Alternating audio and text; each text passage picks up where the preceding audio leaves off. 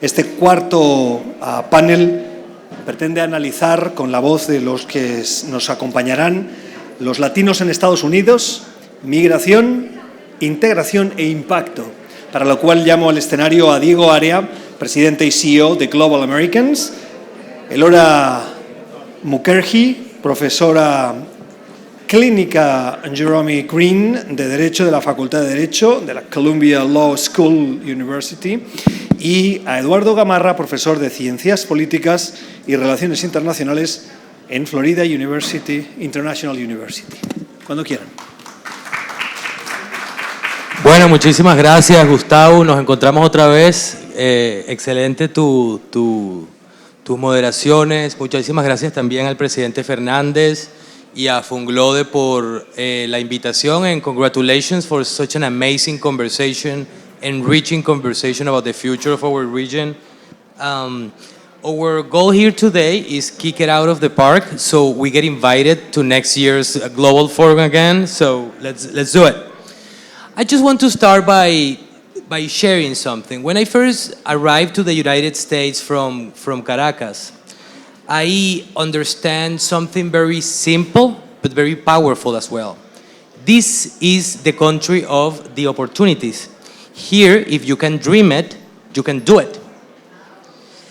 I strongly believe in the American dream, but I also learned very quickly that behind every dream, there is a personal journey. Migration is not only an abstract policy, there are lives behind it. And those lives, right now, currently, as we speak, are connecting Santo Domingo with Nueva York, are connecting Caracas with Miami, are connecting Washington, D.C. with El Salvador as well. We're shaping economies here and also affecting entire economies there. We are shaping elections, we're shaping narratives as well. And that's why today's conversation is so important and matters. And I am so honored to share this stage with Professor Elora Mukherjee, who has stood shoulder to shoulder with immigrants like myself and many others that are here today at the most difficult points of their journey, as well as Professor Eduardo Gamarra, a leading scholar and pollster on Latin American politics and US Latino electorate. This panel is not only about migration, not only about integration, this panel is about impact, about how our communities don't simply adapt to this country, but we shape it, we create impact with what we bring. We Latinos in the United States, if we were a country, we would be the 5th largest economy of the world. Let's just stop for a second and reflect on that. Latinos in the United States combined would be the 5th largest economy of the world, largest than India. This is also the spirit of the Global Forum, bringing together leading scholars and practitioners from across Latin America to think about the future of our nations together. And with that in mind, I am thrilled to now formally announce our panelists. Professor Elora Mukherjee is the Jerome Greene Clinical Professor of Law at Columbia Law School and the Director of Columbia Law School Immigrant Rights Clinic. Throughout her career, both in practice and academia, she has worked closely with immigrant minorities in the United States in issues beyond immigrant rights, including civil rights, police misconduct, prisoners' rights, housing, and employment discrimination. Professor Eduardo Gamarra, tenured full professor of political science at Florida International University, former director of FIU's Latin American and Caribbean Center. We were talking about that over lunch. Founder of Integrated Communication Research. His expertise spans democratization, security, neopopulism, diasporas, and the Latino vote in the US that we will be covering today. I will start with an opening question to you. Thank you for joining us today. I'm excited about this conversation. You have spent your career standing alone immigrants in classrooms and courtrooms. Could you share with the audience what are the most urgent challenges that these communities are facing today? Sure. Thank you all so much for having me this afternoon. It's such a pleasure to be here. So I have identified 3 challenges that I would like each of you to consider. First, the dehumanization of immigrant and minority communities. Second, an executive branch here in the United States that is intent on pushing the bounds of its executive authority well beyond the system of checks and balances set up in the US Constitution. And third, sweeping immigration enforcement. And I'll briefly talk about each of these issues. So, as Diego just alluded to, the United States has historically prided itself on being a nation of immigrants, a land of opportunity. The American dream is one that is recognized across much of the world. And this positive rhetoric by US presidents on immigration has been embraced by both parties for decades. So if we think back to the 1980s, President Ronald Reagan was responsible for comprehensive immigration reform that led to millions of previously undocumented immigrants, many of whom were Latinos, having a path to US citizenship. But we are now in a moment in the United States when the bipartisan embrace of immigration is basically dead. Now leaders of both parties view immigration as, at best, a political liability, and leaders of the other political party view immigrants as scapegoats, as the site for white nationalist rhetoric, racism, xenophobia. And these appeals to white nationalism, xenophobia, and racism are at odds with the best ideals of the United States of America. Now, second, I want to talk about the executive branch pushing the bounds of its authority well beyond the system of checks and balances set up in the US Constitution. Nowhere is this more apparent than in the immigration enforcement space. The executive branch is routinely pursuing illegal and unconstitutional policies that are devastating immigrant communities, including Latino communities. And examples of these policies include, one, the decision to end temporary protected status for more than 350,000 Venezuelan nationals who had sought safety in the United States, making them vulnerable to deportation. That was a policy decision that was approved by the Supreme Court. Second, the executive branch ended parole status for more than 500,000 people from Cuba, Haiti, Venezuela, and Nicaragua. And that also made this more than 500,000 people vulnerable to deportation. And then there's the birthright citizenship executive order, which the president signed in January, that purports to make the children of immigrants, the children of anyone who is not a US citizen or a lawful permanent resident, not a US citizen at birth. And that executive order has been blocked by federal courts, but the message has been sent very clearly that you, child of an immigrant, are not welcome here and you do not belong. The last point I'll make is about sweeping immigration enforcement. There are immigration raids taking place across the country. More people are in immigration detention facilities than we have previously seen in modern American history. Previously, administrations of both parties had priorities for who they would target for immigration enforcement purposes. Typically, those included threats to national security, those who had been convicted of violent offenses, and recent border crossers. With this new administration, there are no longer any priorities, and anyone who is here without documentation is now subject to potential arrest, detention, and deportation. Previously, those who were undocumented could live their daily lives with some safety, assuming they didn't have a criminal record. They could send their kids to school. They could go to houses of worship. They could seek medical treatment without being fearful. But with the rescission of the ICE sensitive locations memo in January, that is no longer the case. ICE has made clear, the president has made clear that immigration enforcement can take place anywhere, at any time, affecting people of any ages.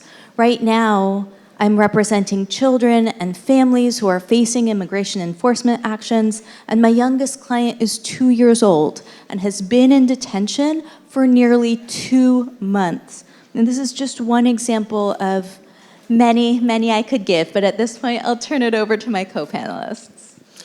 Gracias, profesora, and thank you for your service and the work you do. It's important overall in this difficult context for so many million families.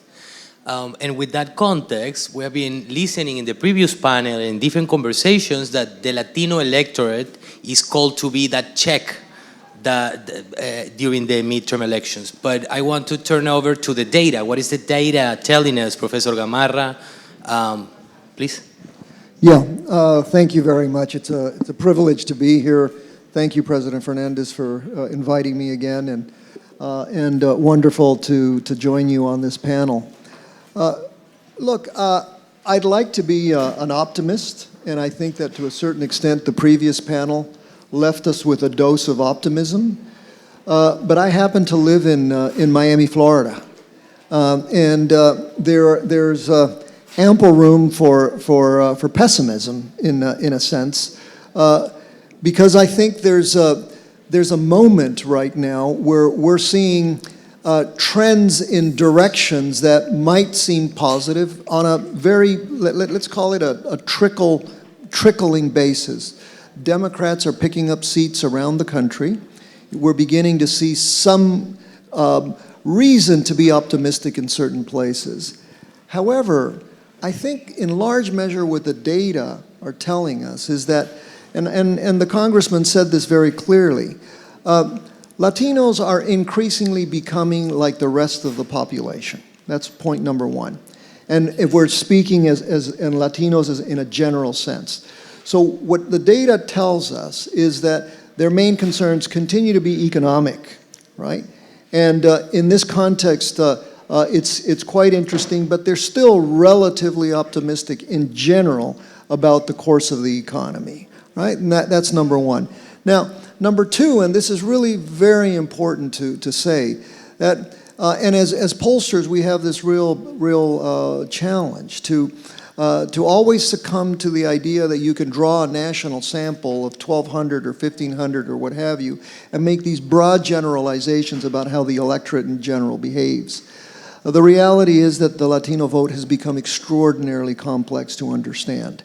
And unless you segment it, right, and if you segment it, and then you not only have to segment it by different nationalities, but you also now have to segment it by geographically.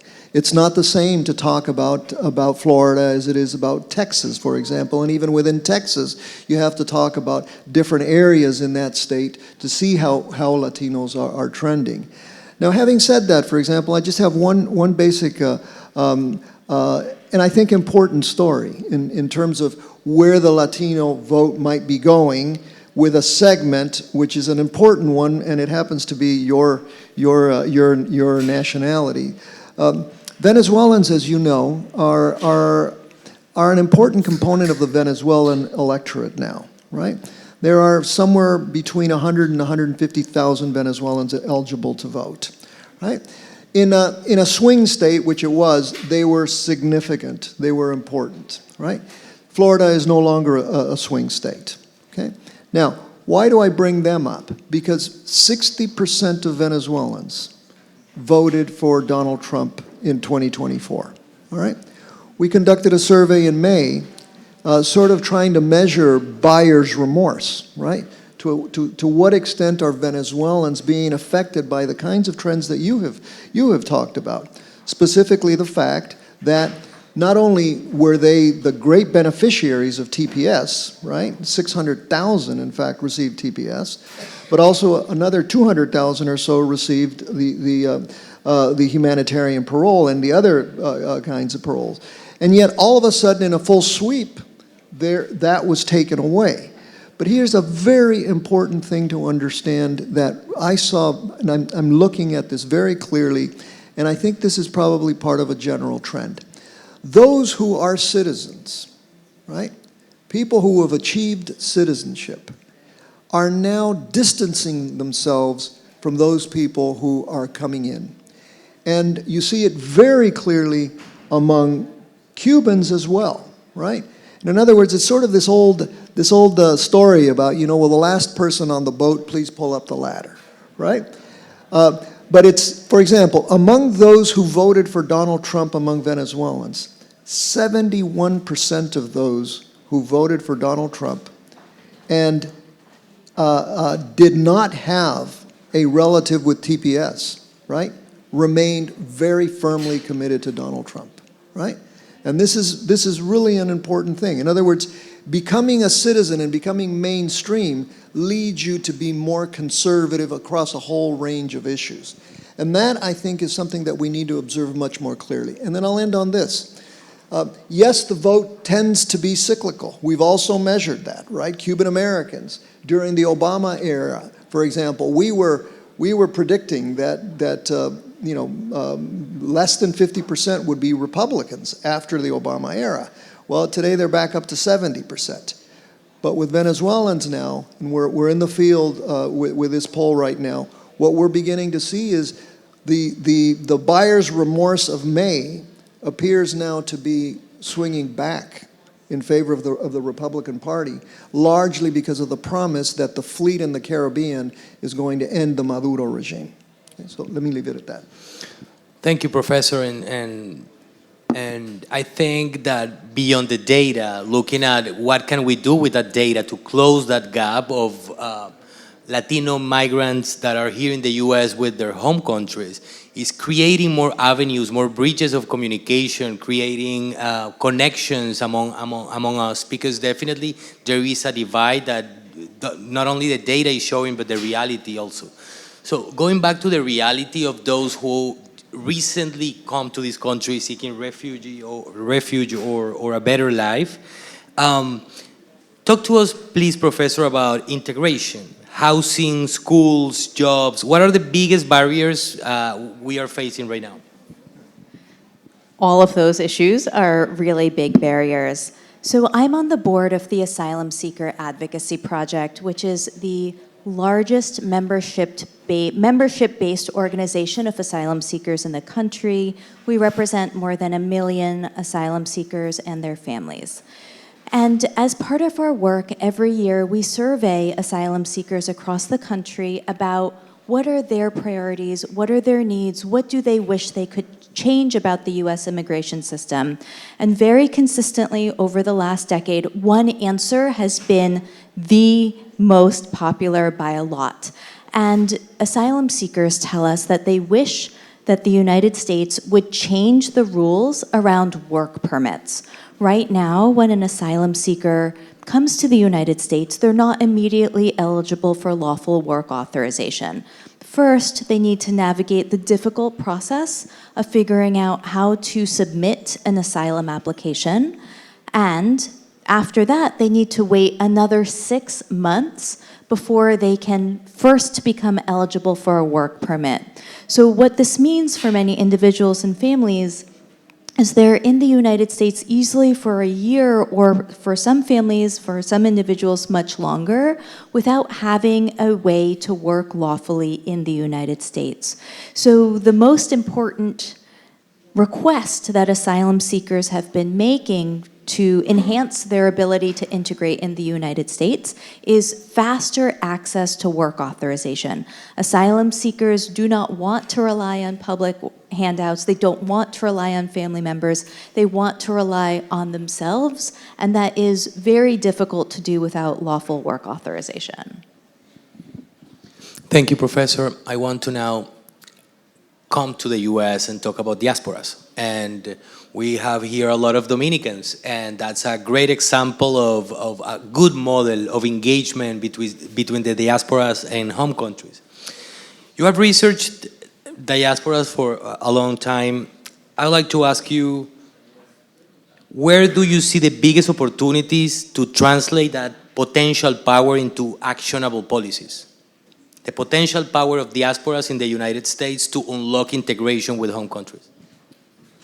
Well, and the Dominican diaspora is a very important diaspora to answer that question because of the high rate of U.S. citizenship that there is there, right? So the number one issue is U.S. citizenship, right? We have interviewed over the years other diasporas, for example, where there's always the hope of either returning home or some kind of a nationalistic concern, right, that they don't obtain U.S. citizenship, right? So that to me is obtaining citizenship and engaging electorally. I think that's the number one thing that I think needs to be stressed every time, every opportunity you can. Because we still, as a Latino community nationally, have a very low voter participation rate, right? I mean, groups like Latino Victory and others have been working for years trying to move the needle on voter participation, and yet we still are at an average of about 47%, right? That's an incredibly low voter participation rate, especially if we want to make a difference, right? We're saying that there are 36 million Latinos eligible to vote in the U.S., but of that, we're seeing on average somewhere between 11 and 13 million who are actually turning out to vote. So unless we can get that up significantly, that is going to be the main obstacle. Now, this cycle, perhaps, because of what's happening, right? And maybe immigration is enough to really spur people into electoral action. I don't know. The evidence so far doesn't tell me that, right? 42% of Latinos that we've surveyed tell us that they have some family member who's been affected by immigration. That may be enough to get them to really turn out to vote, but we'll see after the midterm. So that's number one. Number two, I think, is it's clearly education, right? And we're beginning to see some very interesting numbers where Latinos are among the highest group in the United States now entering into university, for example. And obviously, that is still, despite the movement against universities and so on, it's still an enormous upward mobility opportunity, and particularly for young Latinos. So. Thank you, Professor. I would say, thinking about those numbers and thinking about the reaction of Latinos in these midterm elections to the context, I can think about one word, and the word is fear. I would say the community is going through a rough period, and elections, and we have here a lot of politicians or people that have worked around political campaigns, are about sentiments. The main drivers for people to go and vote and go to the polls is sentiment. So let's see how that sentiment develops in the coming months. I wanted to go back to you, but I want to stay here in the United States again, Professor. We have talked about the barriers and the obstacles, but can you tell the audience about how are these communities strengthening local economies, schools, neighborhoods? What are the contributions that our communities are bringing to the country? Latino communities are critical to the vibrancy of American life. Latinos are leading in every sector of American life, from science and medicine and education, to starting businesses, to developing technology, and we are going to see devastating impacts on the U.S. economy as a result of the immigration enforcement actions by this executive branch. And we will see that in terms of food prices, we will see that in terms of access to services, we will see that in the restaurant industry and the hotel industry. And Latinos bring so much to our nation, and other recent executive branch policies unfortunately affect this community as well. I'll mention just on Friday, the executive branch announced a policy of charging $100,000 for H-1B visa applications. And this will have a devastating effect on the American technology sector in particular. It will hit Latinos as well as many other immigrant communities hard. We're also seeing questions being asked increasingly by international students about whether the United States is a welcoming country for them to study in, given the recent visa revocations that we saw in March and April, thousands of visas being revoked, as well as arrests of some international students who protested. And I hope that these changes do not drive away the enormous talent and contributions that Latinos, including immigrants, bring to the United States. Thank you, Professor. Professor Gamarra, we're gaining representation in Congress. We just had Representative Espaillat here. We have also historical cases of how diasporas can unite forces and organize and shape legislation, shape U.S. foreign policy. We can think about the Cuban American community. We can think about the Jewish American community. We can think about the Greek American community as examples of success. What else should be done in this context? What else can Latino communities do to turn the potential into impact in terms of legislation affecting U.S. foreign policy and affecting U.S. policy towards migrants? I think there's a couple of ways of answering your question. One is, I celebrate the fact that there is a Dominican representative, right? And I'm always happy to see the South Florida delegation filled with Hispanic representation. But sometimes that's not enough, and especially in terms of the kinds of interests that are being represented, right? For example, there was an instance here of cooperation between this Dominican representative and a Cuban American representative on the right in the so-called Dignity Act, right? But for the most part, what we have is a group now of Hispanic representatives, of Latino representatives in South Florida, who have essentially aligned with the administration in carrying out the kinds of actions that the professor just spoke about. So it's not enough to have representation. It's what kind of representation we're going to have, right? And especially in terms of what the broader interests of the community are.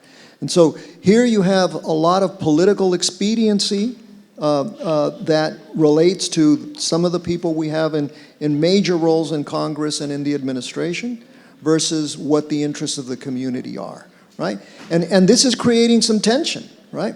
For example, the very same representative, Maria Elvira Salazar, has had to kind of, I've used this word twice with you this morning. It's a fantastic Venezuelan word called guabinear, right? So, which means you're not really sure what you are, right? You're kind of, but she has been an extraordinarily loyal fan of Donald Trump. And yet at the same time, what she's found is that her community is deeply affected by deportations, by TPS and so on and so forth. So that is a very important dimension of where we are.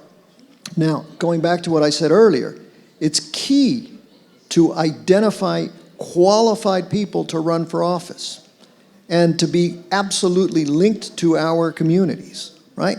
In terms of the kinds of things that the professor has been talking about. Because what we have, and I'll say this, I'm going to take advantage of the forum just a moment. I'm not as optimistic about the state of the Democratic Party, for example, at this critical stage. Because instead of being able to do precisely what I just said, to identify qualified candidates to represent the Latino community, which is the most affected by the immigration situation, what we have is a party that is infighting completely. It's infighting at the local level, it's infighting at the national level, and it can't help in the identification of qualified candidates. So that, to me, is the critical issue that we face right now. One, what kind of people we elect, and how closely connected are they to the issues that really matter to Hispanics? Thank you, Professor. I think there are definitely several challenges in the current context that Latinos and migrants in general are facing. But I come from a troubled country, and we learn resilience. You need to see the life half full always, right? And I also see opportunities in this context. I see the opportunity. We have been discussing during this amazing forum the changes that geopolitics are facing, right? Protectionism versus globalism, etc. And what do we think it would be kind of the result, the synthesis of these forces in tension, and its sub-regional engagement? Latin America and the Caribbean represent for the US a huge opportunity for investment to outcompete global powers like China's presence in the region. And I think the Latino community, I strongly believe the Latino community in the US, we have the key to serve as the golden bridge to influence constructively in a bipartisan way decision makers to have a more constructive, more systematic, more integrated US foreign policy towards the region. So I think I would love to continue discussing the opportunities also as well, because I think right now the rhetoric and the narrative is very negative, and definitely we need to be realistic, but we need to find spaces to continue surviving the waves and to find opportunities where challenges are. I'm going to ask you a final question to both of you. If you have to leave this audience with what should Latino communities, policymakers, or allies prioritize in the next 5 years to ensure that our migration story is not only about challenges, but also about the contribution and opportunities we bring to this country? Professor Mukherjee. Democrats, so I'm a Democrat, you can tell from everything I've said, right? Okay, so Democrats need to figure out how to win elections. We cannot keep losing. We cannot keep losing the executive branch. We cannot lose the Supreme Court for many decades to come. We need to figure out how to win in Congress, and not just win at the national level. We need to win at the state level. We need to win at the local level, and that will enable policies that actually serve immigrant communities, Latino communities, to come into fruition in a way that we're just not seeing at the national level right now. Professor. I agree. I try not to say what party I belong to, but I'm also, it's fairly easy to tell, right? Look, I think we are in an extraordinarily difficult moment, right? The assault on institutions, our institutions, right, is enormous. The assault on the media that we're seeing. I'm writing the biography of an important former president from a country that I come from, and he told me that when he first became president of Bolivia, he wanted to make Bolivia like the United States. And now that he's 95, he says, I never realized that I would make the United States like Bolivia. Okay? So, and I say that because I think that is the most important challenge. I don't think we realize the importance that Latinos have in terms of being able to stop these trends that right now appear to be overwhelming, right? That appear to be so, and we're sensing them at the university, right? We can't produce a syllabus without having to go through filters, right? We can't recruit students without having to go through filters, right? We can't give television interviews without having to go through filters. So this is not Bolivia in 1975, right? So I think we need to really organize, vote, identify candidates, go out early, right? Because to me, the Democrats have always had three issues. One is they always start too late, and it's already too late to turn the trend in 2026, okay? Number two, we have to identify good candidates. And number three, and this is a shameless pitch, we have to study them. We have to know who they are, right? We don't have enough polling of the Latino population in this country, okay? Thank you both. What we have heard today is a reminder that Latinos are not only on the sidelines of American story, we're shaping it, we're shaping its economy, we're shaping its culture, we're shaping its elections. The question is no longer if we matter, the question is if we can organize to turn the potential into lasting power. if Cuban Americans, if Jewish Americans, if Greek Americans could turn the diasporas and influence U.S. foreign policy, why not Dominican Americans, why not Venezuelan Americans and Salvador Americans can do it? So I'll leave you with that, and thank you all you for your participation.